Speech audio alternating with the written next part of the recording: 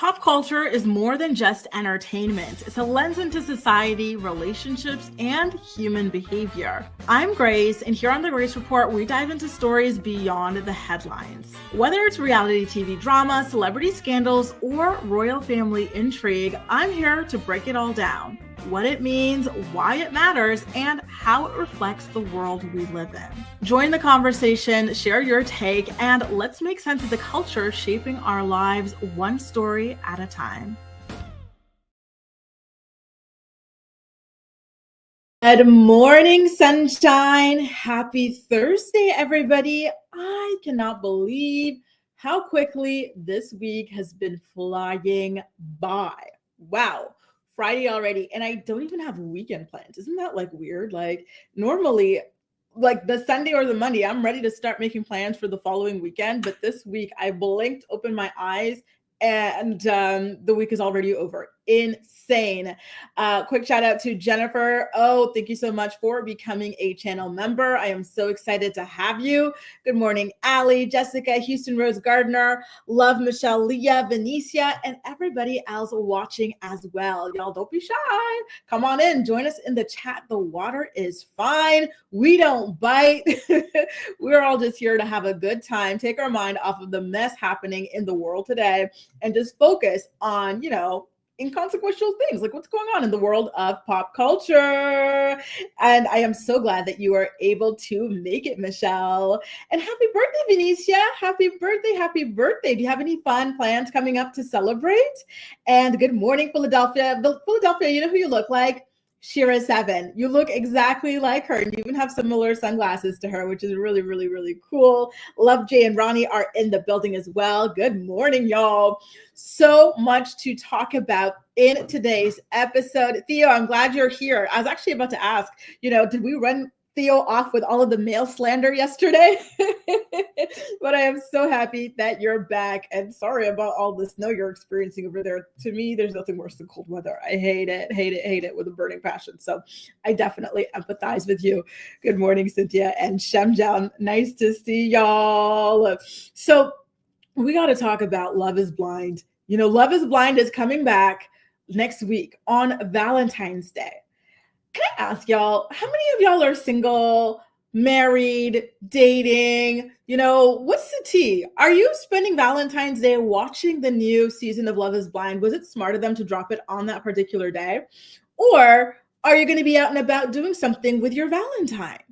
I'm curious, because when they first announced the date, I was like, really? Like, on a day where everybody is out, like at the restaurants, taking advantage of the Valentine's specials, or they're out doing, paint and sips or something else, right? Last year, what was I doing? I was at a jazz show. Like, you typically do something on Valentine's Day. Even when you're like single, you could even do like a Galentine's Day. Theo, what does your community call it? The guys, what do y'all call it? Browentine's Day, something, right? So for them to launch a new season, to me, on a holiday, it felt a little bit risque, but I'm kind of here for it, to be honest with you guys. I think I'll probably just be watching it on Valentine's Day. I don't know.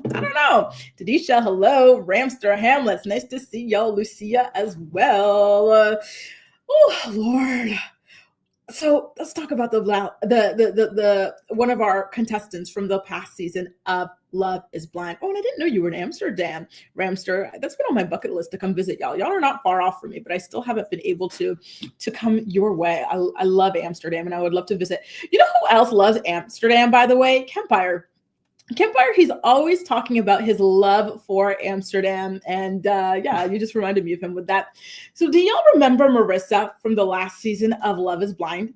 She was engaged to a man named Ramses, aka the F-boy who thinks he's a good dude, the guy who claims to fight against patriarchy just because he flopped as a man, but he wants to benefit from the toxic parts of patriarchy, right? That don't require him to be super successful, that don't require him to be super muscular or super, quote unquote masculine. That stuff he's into. But anything that requires for him to step up to a plate to meet a certain sort of like level of standard, no.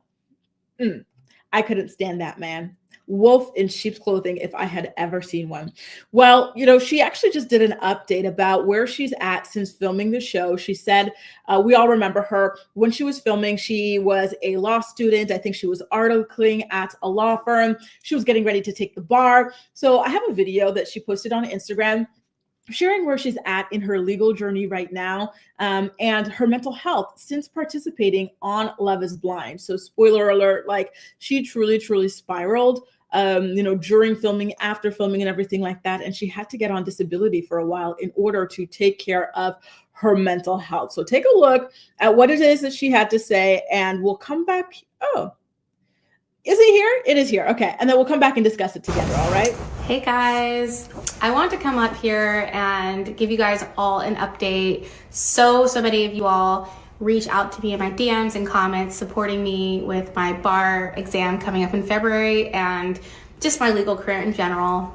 And I want to inform you all that I am not taking Maryland bar exam in February as initially planned. The only reason I was taking the Maryland bar exam again is because I failed it by one point and I want to return to my Maryland law firm office. However, I'm not returning to that office anymore. And so thankfully I scored high enough in other states to get licensed. So that's exactly what I'm gonna do. So this decision allows me to take advantage of all these new opportunities that have come my way while also still having my bar license. And as for why I'm not returning to my law firm, after the show aired, I was very transparent that I struggled mentally with everything it brought up, the emotions, the public scrutiny, all of it. And I took short-term disability leave to take care of myself mentally and physically, and always had plans to return, hopefully by January, February, if I got my life together. Well, in order for me to return, my firm decided to place unreasonable and inappropriate conditions on my return. And based off that meeting and our email, I knew they didn't really want me there. Even though I was very transparent from the beginning about the show, they supported me from the start. When I went to go film the show, I spoke with my firm first. I spoke with legal at firm and just made sure it wasn't going to be a conflict that would ruin my career. But ultimately it did. I honestly don't want to return either. That workplace was a wonderful place for me, but it's very clear now I'm not wanted. So I don't want to return. I have a lot of love for the firm. I work there every year for my 1L summer and then each semester of law school. And I felt very valued and loved there. But ultimately this is the right decision for me. And I think the right decision for the firm. This will now allow me to kind of tap into the creative side that I've always had in me, but just never did because I was always focused on getting a job, being successful in that job, and providing for me and my family. So though this decision wasn't exactly what I wanted or planned, I do think it is the best decision, and I do believe there are more exciting new opportunities and things coming my way.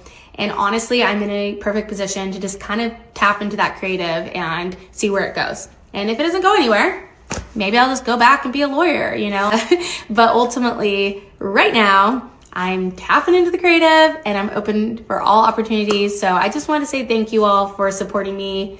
The messages in the comments have been amazing and so nice. And I hope I don't disappoint any of you on here, but just realize this feels like the right move for me. So thanks for all the support either way.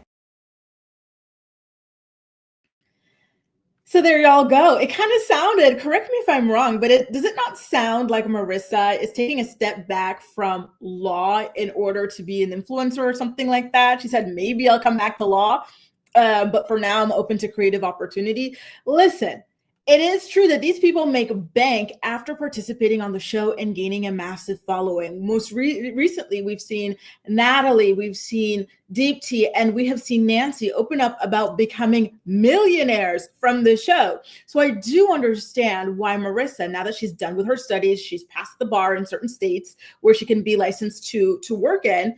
I can see why she's saying, okay, well, I've done the hard work, right? The legwork to build my platform, my base to become a lawyer later on and actually practice. But for now, I'm striking while the iron is hot and I'm making all the money I can. And I think it's smart. I imagine she has an awful lot of student loans that she needs to pay off. And so why not take advantage of this moment while you have it? It's fleeting, right? Unless you're super strategic. So I do think it is a good idea. She probably studied super hard for the past several years. and worked super hard. And so she just wants something that's a little bit easygoing for the time being. And I'm supportive of it. I know a lot of people do not like to see former Love is Blind contestants go down this route, but I think, listen, when you go to law school, I don't know if any of you guys are lawyers, but from what I'm hearing about, like, you know, from lawyers I speak to here on YouTube, or, you know, just in general, like the student loans can be in the mid to six figures, y'all. Like my friend Stephanie from Allegedly Stephanie, wasn't she talking about her, and she's very open about it, like her student loans were like $200,000 to $300,000, y'all. So if you've got those kinds of loans, ooh, Kia says that she shouldn't have loans as a vet. Okay, well, never mind that. Maybe she just wants to have a base, be able to, you know, buy a house or something, and then get into law a little bit later. Listen, she's got the education, so she is going to be fine nonetheless. So I'm happy for her, and I'm looking forward to seeing where this takes her. And I saw a couple of you guys joining us, which, by the way, welcome. Asking if you missed much. No, so far we're just talking about Marissa from Love is Blind. The video you just saw, she was talking about how her firm started trying to shut her out after she crashed out on Love is Blind. And, you know, she's taking a break from like the whole legal route in order to pursue a career as a creative for the time being. And Theo, your comment made me laugh so hard. I'm really happy because this morning when I was getting ready, I'm like, oh my God, did we hurt Theo's feelings? I hope he knows he's always the exception, you know? So it's nice to hear that, you know, you've got that smoke for the men as well.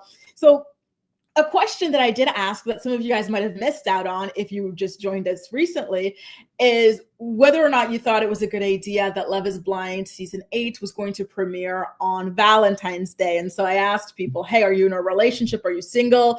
Are you going to be busy on Valentine's Day? Because whether you're single, married, dating, whatever, like you can do things like there's lots of promotions for all sorts of people to get out there on Valentine's Day. So it seems like a lot of y'all are married and want to do this kind of like fun activity of just, you know, hanging out at home and watching this show, which, by the way, Shamjen, are you the one whose husband went to the pub that last time and got that good old fashioned pub burger? Because that sounds like a good way to celebrate Valentine's Day as well, to have like takeout, you know, in the house watching your favorite show. According to Tati, says she's single and not looking, but still going on a date with my single male friend. Ooh, good luck, Tati. I hope you come back and let us know how that went. Mumdes Angel, I love Ireland. I recently talked about Ireland as well and how I really want to come and visit you. I think that your country has some of the best politics in the world. You guys are always on the right side of history. And so my bestie, Julia, and I have been dying to come and visit because we stand with Ireland on all things. We love Ireland so damn much. So East Awesome, in regards to Marissa from Love is Blind, says it's normal for employers to drop employees following an FMLA return. Soft retaliation is difficult to appeal to the government. It requires a lot of legal resources and you can get blacklisted. That is so damn sad. And now they wonder why people do not take care of their mental health, right? And the thing with not taking care of your mental health is that, you know, what can start off as a small problem where you just need a little bit of attention, a little bit of like, you know, medication or rest or something, can grow to be something very major, right? And irreversible if you're not given the grace, the time, the resources to take care of it. So I hate this for Marissa and other people in her position as well. Star, have a great yoga session. Namaste. All right, you guys. Houston Rose is asking what my Valentine's plans are. I don't know. I think I'm just going to eat a bunch of chocolate candy, work out, and watch Love is Blind. Why not, right? What else do y'all have to say? Let me see what else y'all have to say about this. Going to be in Mexico with my husband and stepson. That sounds amazing, Kia. Have a great time. And your wedding looks absolutely beautiful. And yes, I knew it was you, Shemjen. Yes. Love that. Now, y'all, we got to talk about Chappell Roan. I got to be honest with you. I kind of feel a little bit old whenever it comes to people like Chappell Roan, because I've heard of one of her songs, like the Femininomenon song on like TikTok, but I've never heard it in its entirety. And then I saw this thing she was singing at the Grammys, something about like My Little Ponies or something like that. And then she won a Grammy and she did this huge speech, which I thought was wonderful, right? She was like, hey, when I was a struggling artist starting out, it was really, really difficult for me to be able to pay my health bills, my healthcare bills. And so I really want to take this opportunity out here in front of all of you guys working in this industry and fellow artists to ask, hey, can we do something about this? Can we make it so that artists are given healthcare, right? And so I do think that this was a great initiative on her part, but unfortunately, she's being exposed online. Have y'all heard this? So there's this person who is a famous nail tech on Instagram. She's got like 100,000 followers or something like that. And she said, hey, Chappell Roan, your speech was cute and everything, and I'm gonna let you finish. However, your manager or your costume designer or whatever reached out to me in the DMs and quote, I find it ironic that Chappell Roan called for livable wages for artists at the Grammys, but didn't want to pay for multiple nail sets and giving only 2 days notice to create them. That exposure would be the payment. Strange. And I do think that she is well within her right to call that out because it is extremely, extremely hypocritical, right? And so then she went on to share the email that she got from Chappell Roan's stylist, Alexandria Smith, saying, and I quote, hello, I hope you're having a nice week. I'm reaching out on behalf of Chappell Roan and her stylist, Genesis Webb. Chappell and her band are starting their next headline tour May 17th, and we would like to feature your work on stage. We're interested in some of your press-on nail sets for Chappell. We were wondering if you would gift any set for tagging and credit. Last tour was covered by Vogue and Nylon, so we expect press.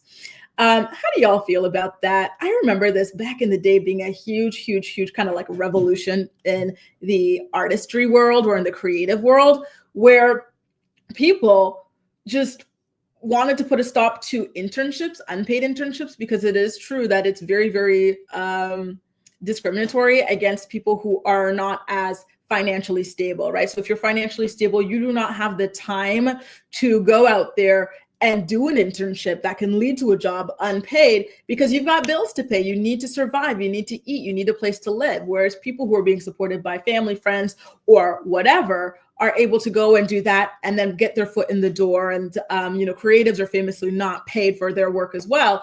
So I do find that to be very, very strange. Theo says he's not familiar with Chappell Roan either. Tadisha says, I sympathize with you, Grace. I don't know how some of these, right. I don't listen to radio. I don't like to explore when Spotify is suggesting all these different artists and stuff. I'm like, I know the type of music I like and I'm sticking to it. And that's it. I know my artists and that's it. Right.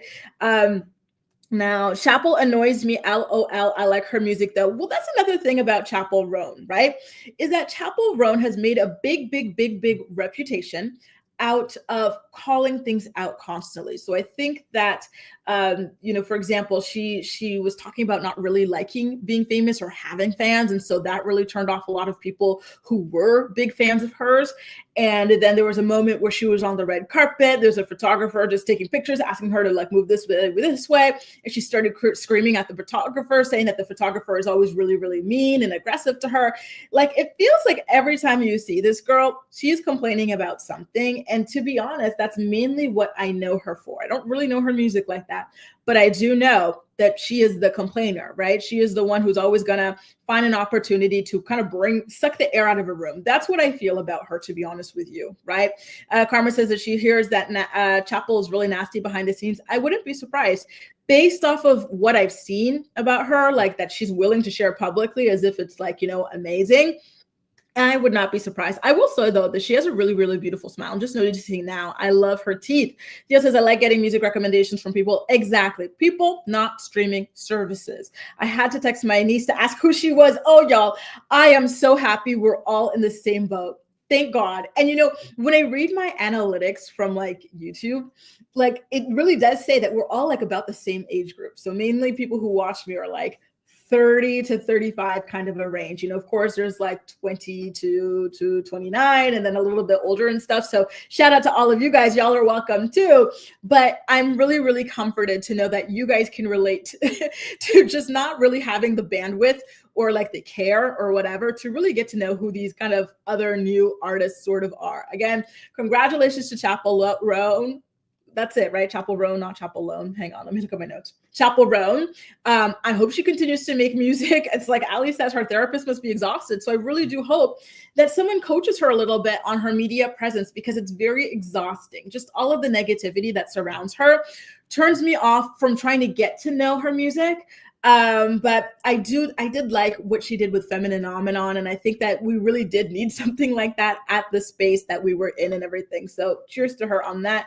Creme Brulee says that she was being mean to Samara Joy. Listen, I don't know who Samara Joy is either, and I love jazz music, so I will definitely be looking her up. My 4-year-old niece loves Chappell, so I had to take a listen, and she's got some bops. Ooh, love that. Miss Hector says, I love Chappell and her holding her boundaries. The relationship we have with celebrities is weird, and it's about time someone stood up. Sharing art doesn't mean we can treat them like toys. That I can agree with as well. So shout out to Chappell Roan. Good luck to her moving forward, okay? But I do think that it was hypocritical of her to make that speech about how artists should be paid for their work and how artists should have access to healthcare, this, that, and the other. And then we find out behind the scenes that she and her team are not looking to pay artists, right? Like they're looking to exchange work, time, resources invested by the artist, aka the nail art lady, in exchange for exposures and a tag on Instagram. That ain't cool, Chappell Roan. That ain't cool. You got to pay the people who work for you, especially when you have a 48-hour turnaround time. Come on now. And mind you, this was over Mother's Day. So the nail artist said, Mother's Day? Absolutely not. I'm not going to be spending my time, my Mother's Day time, getting a rush order out to someone who wants it for free, especially a rich person who wants my work for free. Now, you guys, want to talk about some sad news. Irv Gotti has unfortunately passed away at the age of 54. There were rumors circulating online that he was on life support, and because they were unvalidated rumors, I kind of, didn't really talk about it, pick up the story or anything like that. But now it has unfortunately been officially confirmed that he has passed away. And, for those of you who don't know, Irv Gotti was one of the founders of Murder Inc., which was a major record label that helped, pump up some of the biggest artists that we know, right? He also worked as an A&R at Def Jam. He helped bring DMX, Jay-Z, and Ja Rule to the label, all of whom are huge heavy hitters. Rest in peace to DMX as well. He also produced Jay-Z's song, Can I Live, from his 1996 debut album, Reasonable Doubt, which is a very, critically acclaimed album as well. There has been no official announcement on his official cause of death, but it has been known that he had suffered a number of strokes recently, and he was battling diabetes-related issues as well. Other artists that he has worked with include Kanye West, Memphis Bleak, Fat Joe, and Christina Milian, as well as producing his own albums. Rest in peace to you, Irv Gotti. Gone too soon. I think that 54 years old is so young. One thing that made me uncomfortable about his passing is that a lot of random people were putting it online before his family had the opportunity to share the news. It kind of felt like in this TMZ culture of always being the first person to announce a death or a hospital stint or whatever, people forget that these people have real families and whatnot, right? And I'm really saddened by the fact that people aren't changing in that regard, because how many families have come out and said that they discovered or found out that their loved ones died through social media or through TMZ, because people are just in such a rush to put this information out there, forgetting what these people have, the loved ones that they have at home. Ms. T says, as sad as it is, he was an a-hole. Well, you know what? That is another question I would like to ask Ms. T. And it looks like Houston Rose might have the information. I suspect that East Awesome and Theo probably do as well. Maybe you too, Ali.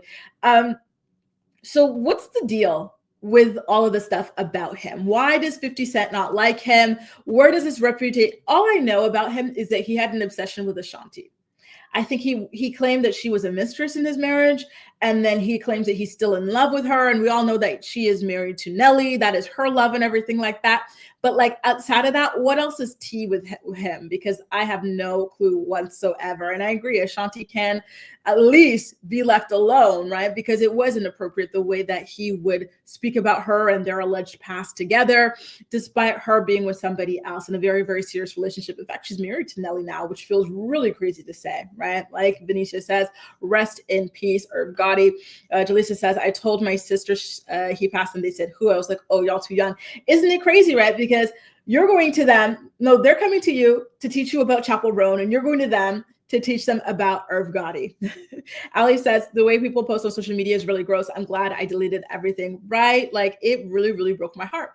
And I wouldn't be surprised if some of his loved ones come out later on and say that they only found out that he passed away through social media before they found out through their family. And exactly, it's like the Kobe thing. Like people need to be a little bit more sensitive when it comes to these sorts of situations. And wow, apparently he had SA allegations, tried to hurt people's reputation, and he was on the same side as the people who shot 59 times. Okay, so now I see why 50 is so vicious towards him, because when the rumors were circulating a couple of days ago that he had a stroke, 50 Cent made some sort of joke on his Instagram page, and people said, 50, come on now, this is very, very serious. Don't laugh at people's health. Like, you never know, like, when life is kind of a mirror, right? When you laugh at this and other people, it'll come back to you tenfold. So be careful.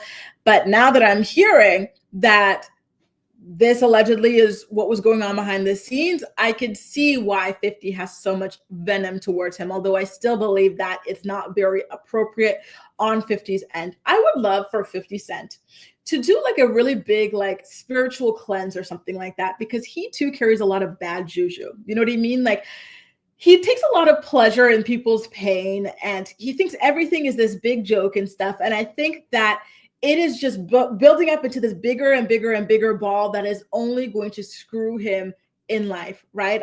I wouldn't be surprised if something major happened to 50 Cent just based off of all of the bad karma that he's building up. So I really need for him to do a cleanse and to stop behaving this way, because it's not good. It's not going to lead to good things. Ali says, I found out about my friend's dad passing through TMZ. I was disgusted. Ali, that is so shocking. I'm so sorry to hear that. Oh my goodness. Zandila says, some grace. I only know about him as Ashanti's ex-situationship who wouldn't keep her name out of his mouth. Exactly, right? It was the tea in the 2000s. 50 Cent basically destroyed Ja Rule's career. That I remember. 50's petty and kept the beef going. I remember 50 destroyed Ja Rule, and then Kanye destroyed 50's career, because they did that head-to-head, who would sell more albums sort of a deal. And 50 lost by a long shot and never really was able to recover from that as a rapper. However, he has since done a fantastic job pivoting as more so as a producer and an actor and stuff, and as a businessman. And so he's been doing incredibly, incredibly well. On top of it all, he was married the entire time he was professing his love for Ashanti. Very strange behavior. Look, I don't think y'all like this guy very, very much. And I really do appreciate all of the information that y'all are here spilling, okay? Legal issues, including the 2005 money laundering case. He was acquitted. He's also been criticized. Okay. Wow. Irv Gotti, I hope you were prayed up in your final moments, because it just does not look good. But like I said, rest in peace to you. 54 years old is very, very, very young. You guys take good care of yourselves. If you guys, as we talked about a little bit earlier in this episode, a lot of us are in our 30s. And so this is a great time, if you didn't already in your 20s, to really, truly start taking good care of your health. Eat well.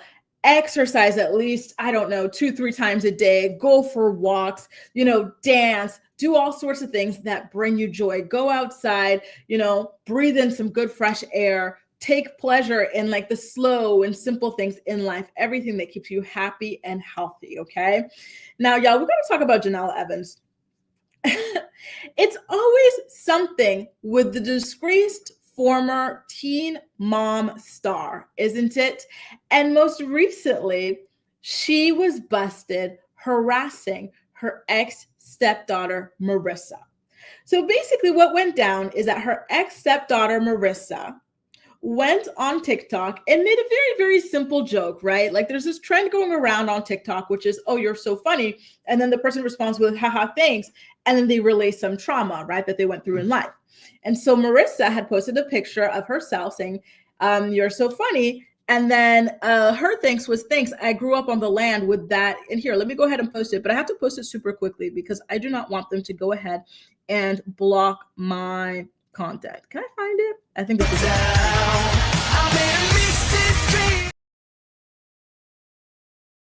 Thanks, I grew up on the land with that one chick. And it was okay. It was shady towards Janelle, but it's just a blip in the radar. And so Janelle was super duper pissed off about it. And she decided to go ahead and drag her stepdaughter, her ex-stepdaughter. So I've got that screenshot for you guys right here. Let me go ahead and pull it up. I'm going to go ahead and grab a better screen grab. So you know what I'm going to do? I'm going to give you guys a word from our sponsors. And then on the flip side, we're going to go ahead and talk about it. Sorry, y'all. Give me one quick second. The Morning Report is brought to you by Philo. Watch your favorite shows and movies from over 70 different channels, including MTV, TLC, WeTV, and more for only $28 a month. Get a free trial today by clicking the link in the description box of this video to get your free trial up and running. Are you looking for the perfect skincare products for women over 30? Look no further than Rothia. Rothia is a skincare brand born from love and made for parents. Their flagship product, the Resilience Cream, delivers clinically proven age prevention benefits such as average 14% wrinkle reduction after 4 weeks of use. Click the link below and receive 30% off your first purchase today.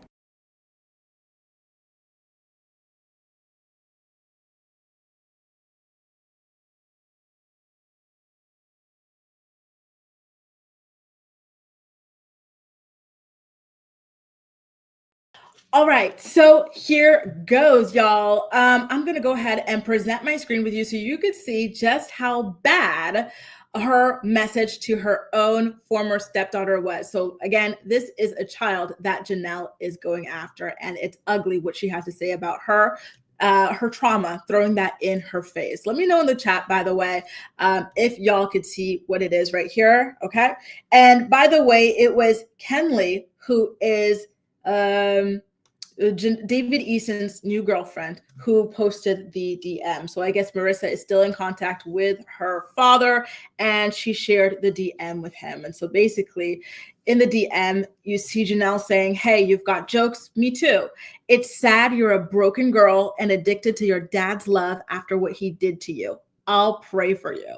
I did everything for you, and you never even said thank you one time for me raising you, buying you everything and anything you've ever needed, and gave you a roof over your head. If you want to match at this TikTok game, we certainly can, and I'll tag you. So there she is in a child's TikTok DMs, quite literally bullying her, threatening her, and throwing her trauma in her face. You know, like, just how nasty do you have to be to tell her that she is a broken girl addicted to her dad's love after what he did to her? Insane. Janelle, we've already known this, right?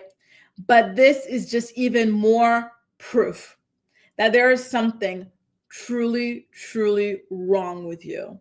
There is no world, planet, in which it is appropriate to send that sort of a message to your ex-stepdaughter, who is still just a teenager. And to make matters worse, when she was exposed for sharing this message to her ex-stepdaughter, what did she do? She decided to try and gaslight the world by posting this video, making herself look like a stepmother of the year who misses her former stepdaughter. Go ahead, watch this video now, having seen what we saw in the DMs.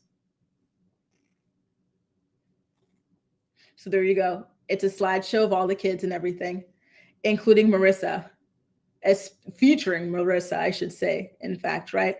How creepy is that? And then in her caption section of that video, she says, we miss you, Marissa. Hopefully this gets to you, but I'm very happy to see the young woman you have grown into. I've watched you grow up, raised you, and saw you blossom. I'm happy to see you graduated high school And we talked recently about nursing school. Hope that's going well. I've always wanted the best for you, and make sure you stay focused and not let others steer you in unnecessary directions. Have your own opinion and don't be influenced by others. So she had her own opinion, her own sense of humor, and here you're the other trying to influence her by harassing her and threatening her. What are you talking about? One day, I want to see you traveling as much as we did. Janelle, where the hell did y'all travel to? Y'all never traveled. Anyways, we miss you and we'll always be here if you need. Who's we, right? If you need someone to talk to or if you need to get away. Hashtag family first, hashtag stepdaughter, hashtag happy graduation.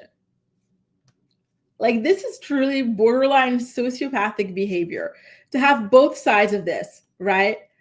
In private, you are harassing this girl. You are threatening this girl. You are bullying this teenager over a simple little TikTok meme that she made. But in public, you want people to believe that you are this great person who misses this former stepdaughter of yours. Janelle, girl, you are not well. You are not well at all. Shout out to Kenley for exposing this, because if she had not exposed this, then Janelle might have gotten away with looking like someone who did not take any offense to Marissa's simple little joke. And Marissa's history with Janelle and David is so sad and dark and ugly. Do y'all remember when she put her neck on the line to try and save all of those children from the land? When David shot the family dog in front of the children and all of the children were removed from the land. Marissa, when she was testifying, she said that man was terrifying. She said he was violent. She said it was all of this stuff. And then Marissa, Janelle, and David, they laughed at her. They called her a liar. CPS failed her. She and the rest of the kids were eventually placed back in their care, even though they knew that these kids were afraid of them and that Marissa wanted nothing to do with him. And they really, truly put her in such a terrible position. Like, she thought that she was going to be saved and that she'd never have to go back to this life. And so she really spilled it all. She did. So to me, like, let her have that one little joke, you know? Come on now. Janelle, that is disgusting. Absolutely disgusting. Like Ramster says, Janelle is broken and she was addicted to Marissa's father's love. Check this out, says Janelle needs mental help. Unfortunately, she is never going to get it. She feels like she is right. I hope the kids in this situation grow up and break the cycle. Amen. Sadile says, oh my God, or oh my, where's Janelle's dad? She should understand firsthand how unstable relationships with your parents can affect you. Raggedy, psychotic bully. I absolutely agree. And Janelle has opened up about her own trauma, right? With her own problematic father, absent father. So to go ahead and do this to another person, especially a child, a teenager, yikes. Absolutely disgusting, Janelle. She always finds a new way to sink to an all new low, doesn't she? Just when you think it can't get any lower, here she comes, you know, doing the limbo, getting under that bar that is already underground and in hell. I do have some more like kind of happier news to share with you guys. However, you know, let's get off this Janelle thing for a little bit. Let's talk about Venus Williams. It's been a while since I've heard some Venus Williams news. So there she is on a boat with her boyfriend. Did y'all even know that she's in a relationship? Well, there you go. Venus Williams has been in a relationship with a Danish and Italian actor by the name of Andrea Preti. Okay. And it looks like the two of them might actually even be engaged, according to the Shade Room. So the two of them were spotted kissing, and on Venus Williams' left ring finger, you see what appears to be an engagement ring. So if that's the case, congratulations to Venus I really like her and I want the best for her. I think she seems to be a very unproblematic person who minds her own business, plays her tennis. She starts businesses, she supports other people, especially female athletes and stuff like that. And so, I really just do want for her to have her happy ending. I believe she was engaged to her ex-boyfriend as well. I forgot what his name was, but she was with a different guy before and she was engaged to him as well. That apparently did not work out, but this guy, he seems like a nice enough guy. I don't know too much about him. I did go check out his IMDb, but before I share those details with you, I want to share a picture of Venus that I find to be absolutely stunning. I think that the Williams sisters do not get the respect they deserve in regards to their beauty, and Venus especially. Okay, so let me go ahead and put up this picture of my girl.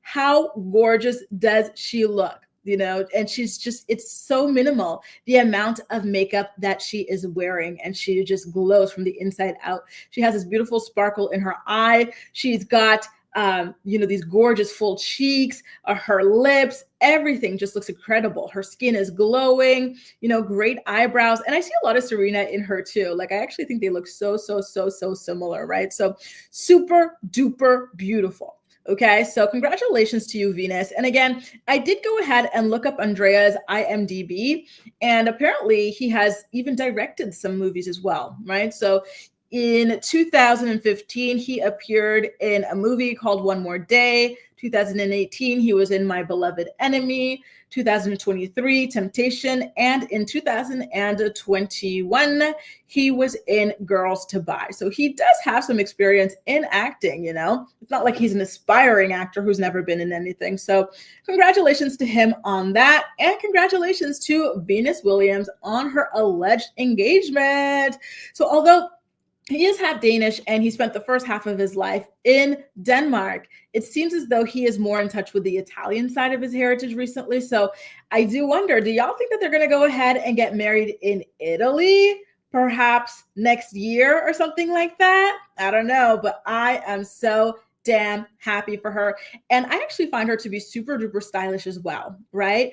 And so I'm excited to see what sort of wedding dress she wears and everything. Like, come on, Venus, serve a beautiful wedding look. Why don't you? She's going to make an absolutely beautiful bride. So congratulations to her on that. Cheers to her.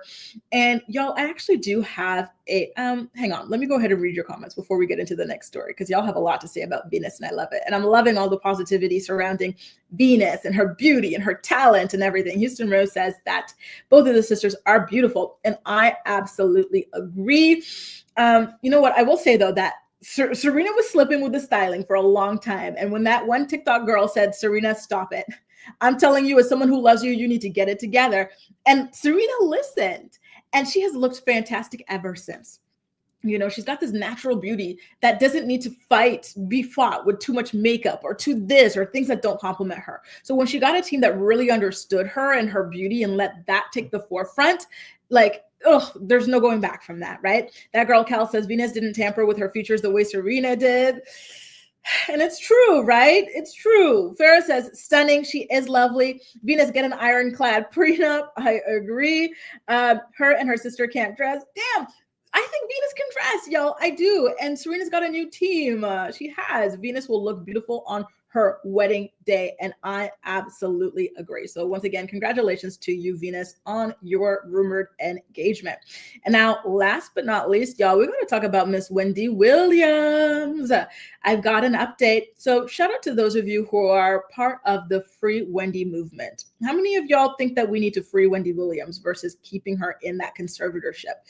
Let me know in the chat if you're watching live, or in the comment section if you were part of my playback posse. And by the way, if you are new here, welcome. We do the morning report where we talk about the day's hottest topics and celebrity news every single weekday morning at 10 a.m. Eastern Standard Time. Tomorrow's episode is already pre-programmed.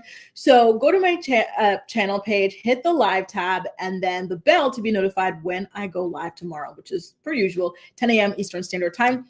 I do also have to let y'all know that Monday's episode is a little bit questionable because I do have to go and pick up my new visa, my multi-year visa. And my appointment is at 10 in the morning. but you get there for 10 in the morning and you stay until 2, waiting in various lines all around the préfecture until they finally give you the damn thing. Laisse tomber. That's a story for another day, a rant for another day. So I might not be able to make it for Monday's episode. So just an FYI, I'm not going to pre-program that, but I will go from Tuesday to Friday. And then Monday might be a last minute thing. Okay, you guys. Now let's get into Wendy Williams. And by the way, if you're enjoying the morning report, please don't hesitate to go ahead and give the stream a thumbs up. So again, the Free Wendy movement is doing a pretty good job because lo and behold, after Wendy Williams did her infamous Breakfast Club interview, her conservator went to the courts and said, oh, here Wendy is on the radio claiming that she does not have dementia. Let's go ahead and get her retested then. Shout out to page 6 for this story. In her document, she said, and I quote, Wendy Williams has indicated that, in her opinion, she is not suffering from dementia and is not incapacitated. We are writing this letter today because during a radio interview this morning, so this girl, she hustled the same day to get these documents filed. Ms. Williams discussed the A&E matter at some length and appeared to indicate that she does not want to proceed with the action. And that is in reference to the lawsuit that the Guardian had filed against A&E. Wendy has always had a long-standing relationship with the A&E network, Lifetime Network, all of that. So she's not happy that they are potentially going to ruin that for her. And so it looks like this Guardian is at least listening when it comes to that, right? So I'm happy about that. However, how real is it? Is it all just for show or no? What do you guys think? Do you think that she authentically wants to help Wendy get out of this conservatorship? If that is in Wendy's best interest, let me know. And thanks, CXT. Y'all really are it, and I love it. So free Wendy. It looks like a lot of y'all really do want to free Wendy. So shout out to those of you. And hello, Sydney, Stephanie. We were calling for you yesterday. It was a thank you for the Michael Jordan's son, Marcus Jordan story. Theo says, I think we need more information about her situation, but preemptively free Wendy. And I agree indeed. So again, her conservator filed those documents in court hours after the Breakfast Club interview, okay? And so the A&E lawsuit that Wendy does not want to continue is one in which she claims she filed on Wendy's behalf in order to recover substantial monetary damages for the benefit of Wendy Williams, which could be used to help pay for her significant healthcare needs going forward. And the Guardian also claimed that evidence of Wendy Williams' health status includes a formal diagnosis by doctors at Weill Cornell Medical Center that Williams suffers from frontal temporal dementia and primary progressive aphasia, as well as a judiciary finding that Wendy Williams is, quote, legally incapacitated. Wow. All right. And the Guardian also claimed that Wendy's health condition will only get worse and there is no cure for it. And so she also requested that Wendy Williams have a new medical evaluation that will involve a comprehensive neurological and psychological testing by a specialist in the field. The issue of whether Wendy Williams has the capacity to assess what is in her own best interest deserves renewed, careful consideration by qualified experts and should not be left to careless speculation in tabloids, radio, or on the internet. She explained that she has no interest in pursuing further litigation against A&E if Wendy truly does not want it. But again, I think that even bigger than the question of whether or not Wendy is incapacitated or if she has dementia or whatever, I think to me, the biggest question will always be, what makes you qualified to be the person to control her then, right? Because there are all sorts of people who become incapacitated for one reason or another, or who do suffer from dementia, Alzheimer's, aphasia, things like this, and their families step in to take care of them. Thank you, Allie. And they're also able to have some sort of, connection with their family, to live with their family, to go visit their family, to do these things, right? So why is it that if that's the case with Wendy, she has to live in a studio apartment? Like, aren't there older people who are like wealthy or even regular who get to stay in their homes, and then someone moves in to help, or someone comes in a couple times, a week or something like that to help them out. I'm thinking of one of my friends. Her father is in this sort of a situation out here in the suburbs of Paris, right? Where he is physically disabled and he's not able, and his mental is declining as well. And they've got someone who comes in a couple times a week to help, and there's got a meal service coming in. She goes in to help him and everything like that. Like, she's even helped change his diapers. Like, it's very serious, right? But he is able to live where he wants to live. And these are things that he has been working on in collaboration with his own family, right? So I don't get it. I think it's odd the way that they are treating her like a criminal at the end of the day. Kel says Wendy's situation needs to be modified. The constraints being placed on her appear to be too confining. I completely agree. Why does she need to beg to be able to go to Miami to visit her father? She should be able to go to Miami for whatever reason she wants to, right? And when this lady says, well, I was doing this for you, Wendy, to get some money for you. Wendy only has $50. So if you're doing this to get millions of dollars, and Wendy already has millions of dollars, yet physically in her pocket, she only has like $50, who are you really doing it for? Right? And I'm sure she has health insurance. So does her healthcare really cost millions of dollars? I don't know. These are questions, for you guys. My healthcare is free. I don't know nothing about that. Yeah, Milan, only 45 likes. Y'all, if you are enjoying this morning report, please go ahead and give it a thumbs up. And thank you, Milan, for always being on it. And yes, shout out to you too, Caroline, because Caroline has spoken out about fighting against conservatorship in her own real life as well. Like, sometimes these things are dark and, not in the best interest of the victim, right? And the victim in this case being Wendy Williams. So shout out to you too, Chrissy Lynn. Nice to see you here. There is just so much, going on with her. I do have to say that I am happy that they are at least bringing it, back into question. However, the judge is already someone that seems to be a little bit compromised. And as we saw with Britney Spears, the medical team that examines you can be a medical team chosen by the people who have a vested interest in keeping you under a conservatorship, right? So I don't know if this is going to be a genuine effort or if it's going to be fruitful or anything like that. Now, by the way, I know I said that was our last story, but I completely forgot that we have a final story on Blake Lively and Justin Baldoni. And this one is really, really quick, okay, you guys? It is about the timeline. Do you remember how Blake Lively and Ryan Reynolds' team went and said, hey, judge, we need a gag order on Justin Baldoni and his team. They're talking to the press too much. They're going to bias a jury. We're not going to be able to have a jury trial, right? So the judge said, okay, well, I need for y'all, we're going to move this up. We're going to speed this up because this is too much, right? And I also need for y'all to agree to a timeline on how this trial is going to play out. And so they published the documents. I don't know if you guys are aware of this or not, but you can keep track of every document, every motion that has been filed in this, like in real time. And it's actually rather cool. So I'm on their website for that. And this is what was filed just on Monday. Okay. So as you can see, all parties do not consent to conducting all further proceedings before a United States magistrate judge. They have conferred and they have not engaged in settlement discussions. Something that was major was a lot of people saying, Blake, at this point, you need to go ahead and just go and settle with Justin Baldoni, because a lot of people feel like Justin Baldoni's evidence is overwhelming and that Blake is going to lose in a jury trial. To which I say, y'all need to wait. You need to wait.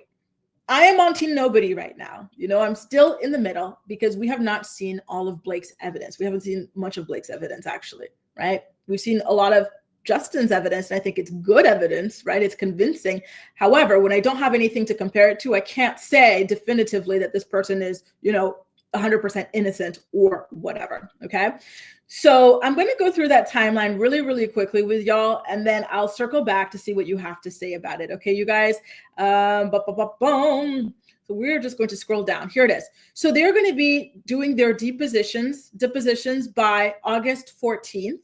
Okay. And mind you, Blake didn't want to be deposed by Justin Baldoni's lawyer. She said, I don't want to be deposed by this guy. They said, girl, what are you talking about? This is court. You're deposed by who they choose to depose you, right? Their motions have to be filed before April 18th. Their initial disclosures have to be completed no later than February 18th. So that is that next week or the week after that? This stuff is moving really quickly, y'all. The judge has had it with them and he is rushing them right along. Discovery has to be done no later than August 14th as well. So again, you guys, there is a link, and you know what I'm going to do? I am going to go ahead and share that link with you in case you are nosy like me and you want to have live access to it. So we're going to be able to see some of the evidence that Blake enters as well. Okay, you guys. So let me go ahead and pull this up. It's on Court Listener, by the way. So I'm going to pull it up. courtlistener.com. You are going to need a Pacer account for certain documents that they input, but for the most part, it is free. So there you go. I just put the link to it in the chat box. All right. And by the way, if you guys appreciate that link, please go ahead and give this stream a thumbs up. Why don't you? Now, and I'm really excited for the discovery. The discovery is where everything is going to come out. I'm really excited for the deposition as well. Initial request for production of documents shall be served by March 14th. So only just, over a month before all that stuff comes out. Interrogatories pursuant to Rule 33. The local rules of the Southern District of New York shall be served by March 14th, unless otherwise ordered by the court. Contention interrogatories should be served consistent with Rule 33. Deposition shall be completed by August 14th. Request to admit shall be served no later than August 14th. All expert discovery, including disclosures, reports, rebuttal reports, production of underlying documents, and depositions shall be completed by October 15th. All discovery shall be completed no later than October 15th. The proposed joint pretrial order shall be submitted on ECF in accordance with the court's individual practices no later than January 23rd. A post-discovery status conference shall be held on October 21st. They even have the time and everything, y'all. Wow. And so, yeah, basically they agreed to all of these timelines, okay, all of these dates. They're also saying any motion for summary judgment must be filed no later than November 5th as well. Sorry, I think I skipped number 11. In number 11, the letter must be no more than 3 single-space line pages and should include the following information in separate paragraphs. So deadlines, brief description of any outstanding motions. I don't think we really care for that right now. The case is to be tried to a jury. The parties have conferred, and their present best estimate of the length of trial is 2 weeks. So it's going to go by really quickly, y'all. Really, really quickly. 2 weeks to 6 weeks maximum. Counsel for the parties proposed the following alternative dispute resolution mechanism: referral to the Southern District's mediation program. The use of any alternative dispute resolution mechanism does not stay or modify any date in this order. Other issues to be addressed at the initial pretrial conference, including set forth in Federal Rule of Civil Procedure, are set forth below. So let me go ahead and zoom in to see what other issues they want to address. So number one, the parties will be prepared to address the letter motion regarding pretrial publicity and attorney conduct and issues related hereto. So that's the thing that we already saw happen. Number two, the parties will be prepared to address the status of a proposed FRCP protective order and FRE2D order 502. Counsel for the Wayfarer parties indicated that they would like to discuss issues related to depositions, including scheduling. And now on the last page, they all signed it. So listen, it's just a short and sweet little update about what is going to be going down timeline-wise. And actually, I gotta say, I am really, really impressed with the way that this is going to be rolling out. It seems like it's going to be really quick. For those of you who are tired, and thank you, Stephanie, for those of you who are tired of the Blake versus Baldoni thing, I gotta say, for the next year, you are going to be hearing an awful lot, because it's happening back to back to back. This is not something that is being stretched out over many years. They want to get this over with just as much as you want to get this over with, okay? Theo says, I've been looking through Justin Baldoni's lawsuit, and it's quite interesting. He seems to have documented proof of a lot of stuff. Exactly, right? But we got to wait for Blake because she just might have the same thing. Steph says, agreed. I'm not on anyone's side. I think they both wanted to bone each other at one point. Exactly. That's how I feel too, because people say, oh, it looked like Blake was flirting in these text messages and this or that. But there are text messages where it kind of looks like what Justin's doing can be construed as that as well. And like Hamlet says, we have seen some claims that Blake might have suppressed some messages in her initial filing, allegedly for brevity or whatever. But like Kel says, the entire thing is just a mess. Okay. Thank you, Milan. Listen, I don't like to be team anybody, because one thing about celebrities and people in general is they will disappoint you and they will embarrass you, right? And at the end of the day, I don't know these people to be able to say one way or another. All I can say is I'm looking at the evidence and I'm looking forward to sharing it with you guys. Per usual, y'all, thank you so much for joining me for another morning report. I'm looking forward to being back for tomorrow's episode. It is already pre-programmed in my YouTube page. So go ahead, live folder, hit that bell so you'll be notified when I go live. But just in case the bell notification does not work, I go live every single weekday morning at 10 a.m. Eastern Standard Time. And Monday's episode is still up in the air, just based off administrative things that I have to do on Monday. All right, you guys, take good care of yourselves. Like Ali says, have an amazing day. And I'll see you in my next episode, okay? Take care, you guys. Bye now. Let me go ahead and put some outro music on. Boom.